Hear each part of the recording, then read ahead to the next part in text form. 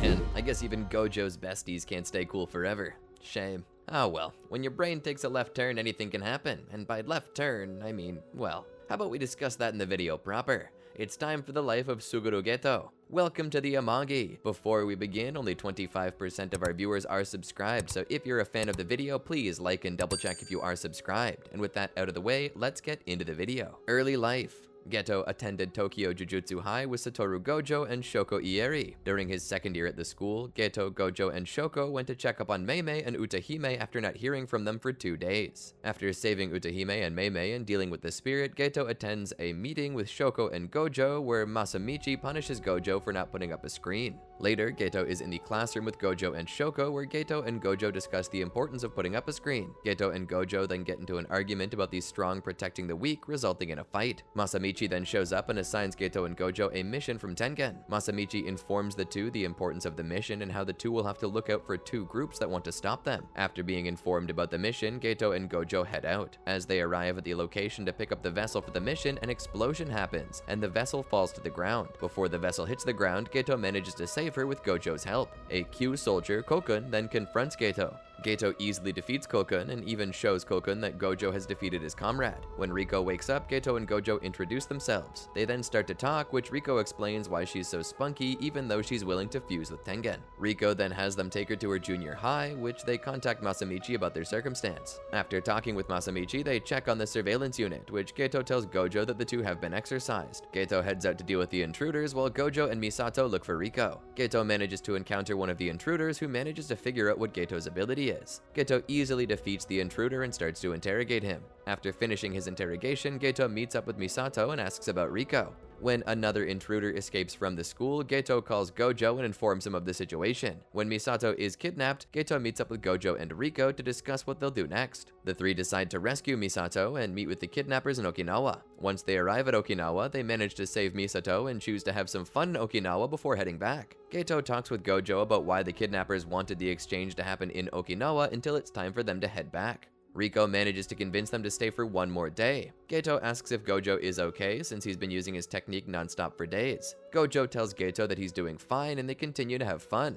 The next day, the 4 head back to the college and they're attacked when they arrive at the site. Geto quickly takes Riko and Misato into the college and leads them to the tombs of the Star Corridor. Once they reach the tombs, Geto and Riko part ways from Misato and enter the tomb's main hall. Geto explains to Riko where she can reach Tengen, but also explains how he won't stop her if she wants to leave. When Riko decides that she still wants to leave, Geto prepares to escort her out, but Toji shoots Riko. Geto wonders why Toji is here, which Toji explains how he's killed Gojo. Geto summons spirits and has them attack Toji. Toji manages to defeat the spirits and even manages to wound Geto. When Toji leaves with Riko's body, Geto gets healed by Shoko and heads out to the Star Religious Group's base. En route, he finds Toji's curse and absorbs it. Once Geto reaches the base, he finds out that not only Toji is dead, but that Gojo has retrieved Riko's body. Before they leave, Gojo says that they should take care of everyone there, but Geto says that it doesn't matter since the group would be disbanded soon anyway. A year later, Geto, along with Shoko, is helping out Gojo with his new technique. Geto and Shoko become curious about the technique, and Gojo explains how it works and how he can have it continuously active without it harming him.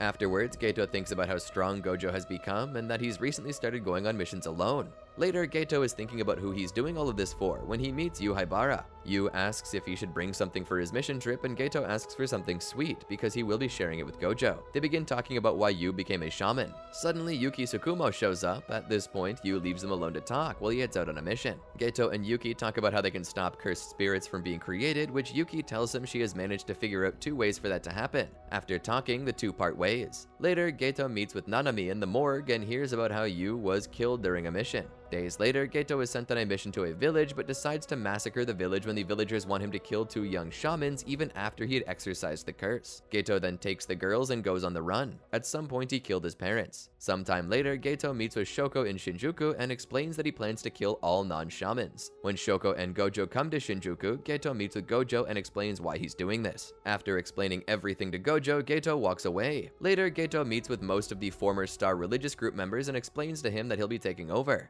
He even kills one of them to get his point across. Cursed Child Arc. Geto releases a cursed spirit at an elementary school that swallows 2 children, which Yuta manages to defeat the spirit and rescue the kids. 3 months later, Geto heads to the Happen shopping district to see the special class spirit Rika. Geto releases a powerful spirit and has it fight Toge and Yuta. After the two manage to defeat the spirit, Geto says he wanted to see the special grade curse spirit Rika. Geto also says that he will have to meet with Yuta soon, since he'll have to return Yuta's student ID, the one of the spirits stole. Afterwards, Geto heads back to his base. Days later, he's helping out a woman that's cursed by a spirit. The woman expresses how grateful she is the curse has been exorcised and leaves, in which Geto expresses his true feelings towards non-shamans. One of his followers shows up and informs him that the others have arrived. As Geto and his follower head to the meeting, one of Geto's donors, Kanemori, suddenly shows up. Kanemori complains that Geto needs to perform an exorcism on him since he donated so much. Geto's follower informs him that Kanemori has donated between 50 and 100 million, but no donation has been made for half a year. Geto then kills Kanemori and heads to the meeting. He meets with his fellow shamans and informs them that they will take on the Magic College soon.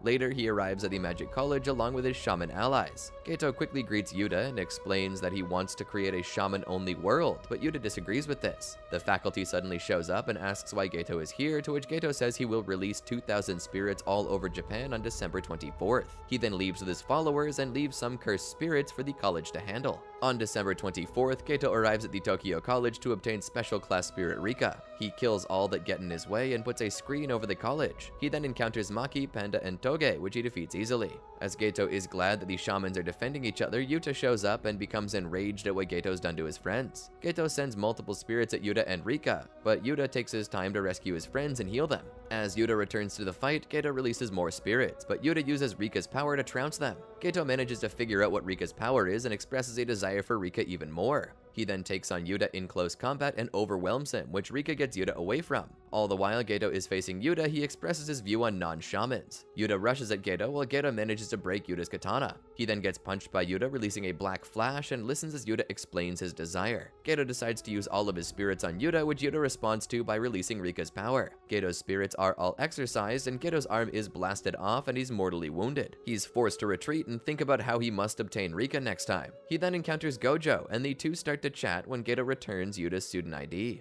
Geto is then killed by Gojo. After this, Gojo chooses not to have Geto's body taken in by Jujutsu High. This allows an unknown party to place their brain into Geto's corpse, reanimating it and granting them access to all of his abilities. The man calling himself Geto, along with Mahito, makes a deal with Kokichi Muta to heal his body. That is, if he supplies them with information. Fearsome Womb Arc. The person disguised as Geto would later work with Jogo, Hanami, and Dagon. They discuss the cursed spirit's plan to kill all humans and what they need to do to achieve that goal. Geto explains they need to render Gojo unable to fight and to get Sukuna on their side to accomplish that. Geto then explains that they will need to seal Gojo within the high-grade cursed charm prison realm, but Jogo gets excited instead and offers to kill Gojo in exchange for the object. Later, Geto watches Jogo fight against Gojo, along with Hanami. When Jogo is pushed into a corner, Geto heads off while Hanami goes to rescue Jogo. Afterward, Geto arrives at a location where Mahito is at. When Jogo and Hanami arrive, Geto says that they now know that attacking Gojo is meant for a particular time and place. Geto also tells them that they will seal Gojo on October 31st in Shibuya and that he will contact them with details later, which Mahito agrees to. Versus Mahito Arc. Days later, the man using Geto's body comes across Yuji and Junpei by the river. He would then check on Mahito after his battle with Nanami.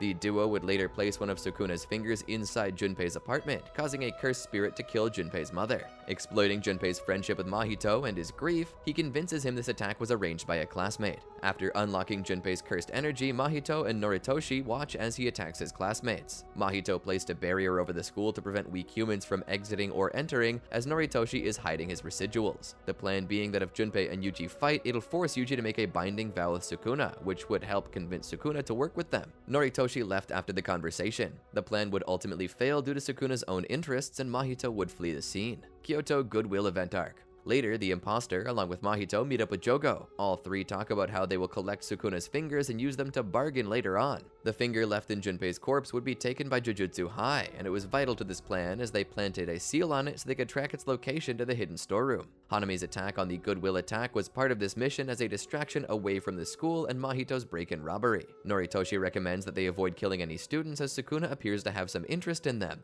and they can only unleash him at the critical moment. Mahito would end up stealing 6 fingers and 3 of the death painting wombs. Death Painting Arc. Days later, the false Geto and Mahito would implant the death womb painting curses into human hosts, letting these spirits fuse and possess them. They would send 2 of these brothers, Kechizu and Eso, after one of Sukuna's remaining fingers. Later, they would play board games with the third brother, Chozo. When Chozo senses the deaths of his family, he breaks the pieces he's holding and tells them. Noritoshi asks how Chozo could possibly know that, but contacting someone reveals Chozo was right. Nobara and Yuji had to kill the brothers. Shibuya Incident Arc. Days later, the imposter and Mahito meet up with Kokichi after Geto set up a screen. When Mahito wants to kill Kokichi, Geto tells him that he can kill him once he's healed him. When Kokichi tells him to heal him already, Mahito comments about turning him into a caterpillar. Still, Geto informs Mahito that sometimes terrible things will happen to them if they break their vow with Kokichi. When Kokichi heals and starts a fight with Mahito, Geto offers to help, but Mahito declines. As Kokichi and Mahito begin their fight, Geto gets a distance away and watches their fight.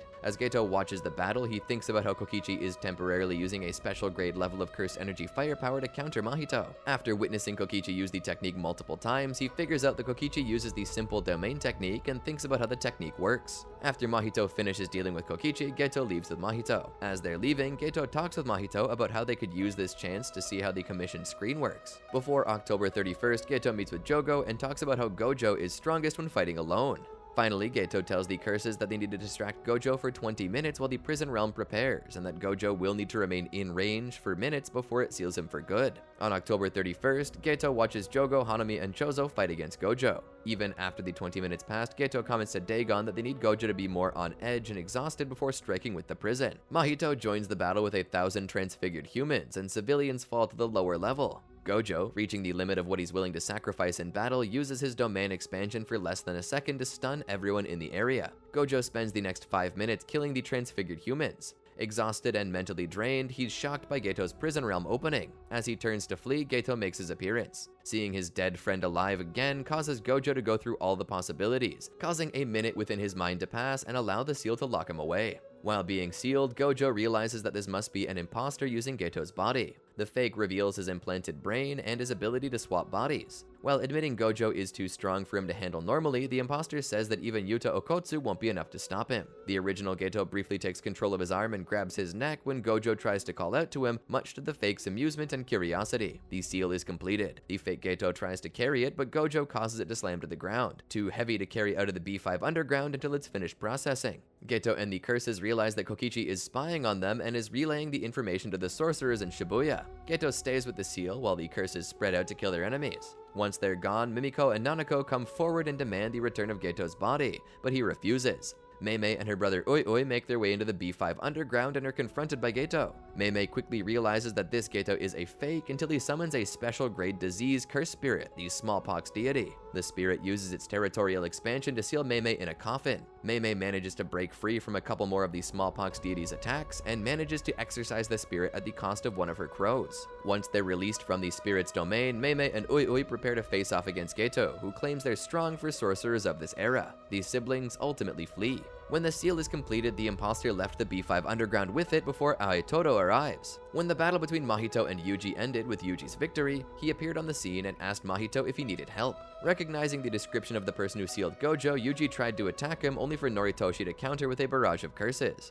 Mahito realizes that Geto plans on imprisoning him with curse manipulation and attacks only to be sealed and then absorbed. The imposter briefly pauses to laugh while he starts acting and talking like the real Geto. His moment of victory is interrupted by the Kyoto students attacking him. He effortlessly avoids their attacks, but his attempt to kill Kasumi Miwa using maximum Uzumaki is blocked by the arrival of Atsuyo Kusakabe and Utahime Ieiri. The battle paused with the arrival of Chozo. Chozo finally realizes Geto's true identity, his monstrous father Noritoshi Kamo. Geto greets Chozo and says that he's finally realized. He says that Noritoshi Kamo is one of his many names and tells Chozo that he's free to call him whatever. When Chozo rushes towards him, asking why he tried to make him kill his younger brother, Uraume steps in and rudely tells him to step aside. Chozo attacks Uraume first with piercing blood, who gets pierced in the hand before turning his attention to Geto and tries to attack him, but Geto is able to dodge. Chozo manages to close the distance between them and fights Geto in close combat as Geto says Chozo shouldn't push himself as he's tired. Chozo refutes and says that it's enough to put his life on the line to protect his younger brother, Yuji Itadori. Uraume uses Frost Calm and freezes the opposition as Geto tells them not to kill them as he needs a messenger.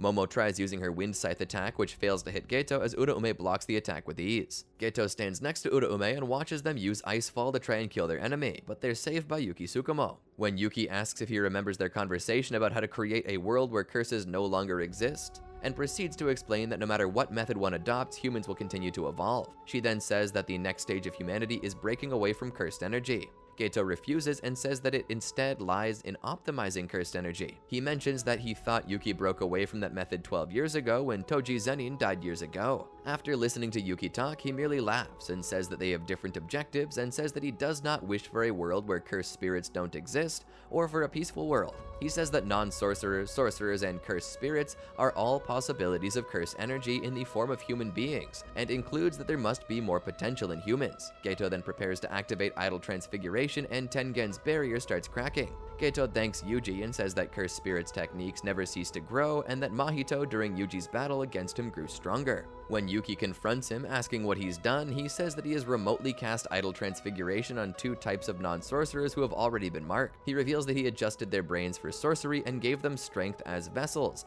along with the ability to use cursed techniques. Geto adds that he has broken the seal on the cursed object and will have them fight each other. Yuki says that 1,000 isn't too many and that Geto shouldn't underestimate human rationality. Geto refutes this and says that everything has an order, and he wouldn't make such an oversight. When Uraume's ice suddenly shatters, Geto asks them what's wrong, and they say it's poison. While Yuki and the others are preparing to attack Geto, he says he's still talking. Geto reveals that the cursed objects he provided for the sorcerers were what was left of the binding vow he made ages ago, and reveals that he did indeed enter a contract with sorcerers, but the binding vow broke after he obtained Suguru Geto's body. Just then, he summons a large amount of curses before bidding Yuji goodbye, and saying he expected much from him. Shinjuku Showdown Arc. After dying, Gojo has a talk with Geto and his dead comrades in the afterlife about how Sukuna was holding back during their battle, and talking about where to go, either north or south. During the aftermath of Pseudo Geto's battle with Fumihiko Takaba, Yuta decapitates and stabs Kenjaku in the head, with him seemingly dying, afterwards freeing Geto's corpse from the sorcerer's possession. Personality. Suguru Geto hated non-sorcerers, usually referring to them as monkeys. He felt sorcerers were the superior race and humanity's next stage of evolution. He was smug and extremely condescending towards normal humans, using fake personas to lure in vulnerable people who were cursed. Suguru found non-sorcerers disgusting enough to spray himself in order to disinfect the monkey stench. He believed monkeys only had 2 roles in association with him: money-collecting monkeys and curse-collecting monkeys. If they weren't fulfilling their roles, Suguru would gladly allow curses to kill them without any remorse. In contrast, he cared deeply for his fellow curse users, referring to his commanders as family. Each of them still looks up to him for putting sorcerers as a race first, and hoped that he would have become king of the Jujutsu world. Suguru was even polite to Jujutsu sorcerers, although this was usually expressed under one of his fake personas. He pretended to befriend Yuta Okotsu with the full intention of killing him in the future, and insulted one of his friends shortly after expressing a friendly attitude. He explained to Yuta that sorcerers live in a paradox where the weak rule over the strong. Jujutsu sorcerers live to serve non-sorcerers with no appreciation. Humanity has hindered their own evolution, and in order to ensure their survival as a species and eradicate curses completely, humanity must realize a world of only sorcerers by killing off all non-sorcerers. After defeating Yuta's classmates, Suguru cried and expressed the joy he felt seeing young sorcerers work together to protect one another. With a crazed smile, he cried out and stated that it was the type of world he longed for. Suguru claimed he didn't want to kill Yuta but had no choice for the future of his vision. While fighting Yuta, Suguru explained how foolish he thought it was for humans to create the concept of gods when sorcerers already exist. He thought the monkeys didn't want to admit superior physical beings exist and was disgusted by their pompous existence. Afterwards, Satoru Gojo confronted his ex-best friend and admitted he trusted Suguru enough not to kill the potential of young sorcerers. In the end, Geto used his final moments to tell Gojo that he simply couldn't be happy in this world no matter what, while thinking of their time at Jujutsu High. Geto even said Gojo should have cursed him at the end, but a bond still existed between them after everything that happened. As a student of Jujutsu alongside his best friend, Geto initially believed that Jujutsu sorcerers existed to protect non-sorcerers. Gojo argued Suguru shouldn't be proud of himself for being righteous, and applying reasoning to Jujutsu was stupid. Their clash in ideology caused them to argue and clash heads as young men. Suguru was a much more kind and proper man back then, especially compared to Satoru. He understood the importance of manners and carrying himself with dignity as a Jujutsu sorcerer. Satoru had far too rude of an attitude in his opinion. Despite disagreeing from time to time, Suguru and Satoru were still best friends. They encouraged each other to be the strongest and were confident they could accomplish anything as long as they had each other. However, following Riko Amanai's death, things began to change. The followers of the Star religious group applauded her death, a deplorable action that stayed with Suguru. He decided not to kill them because there needs to be a reason for Jujutsu sorcerers to kill. Suguru attempted to maintain his ideology, but his path became more and more unclear as time went on. He became the strongest alone and started going off on more dangerous missions. He felt caught in an endless cycle of exorcism and consumption. He eventually began questioning for whom he was doing these grotesque things, and remembered the non-sorcerers from the Star religious group. He saw a hideous evil that day and still chose to protect them, an action he grew to regret, calling them monkeys for the first time as he looks back on them in memory.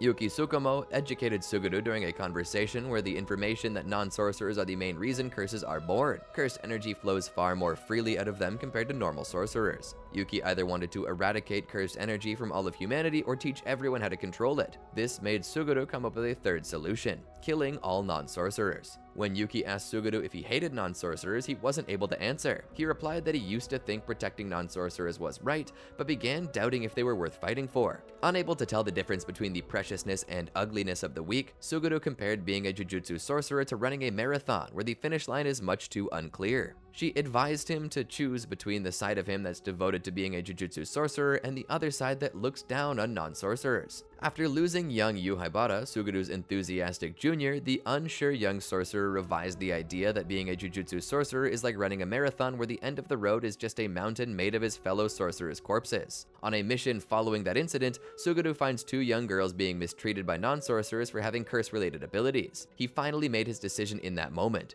He rescued the two girls, Mimiko and Nanako Hasaba, and killed all 112 residents of the village, officially becoming a curse user and leaving his Jujutsu High pin behind. Suguru chose the true side of himself, deciding that he doesn't like monkeys and will fight for a world of only sorcerers. Did you enjoy our video? Be sure to check out these other great videos from the Amagi, and make sure to subscribe and ring the bell to be notified about our latest videos. Thanks for watching, and we'll see you next time.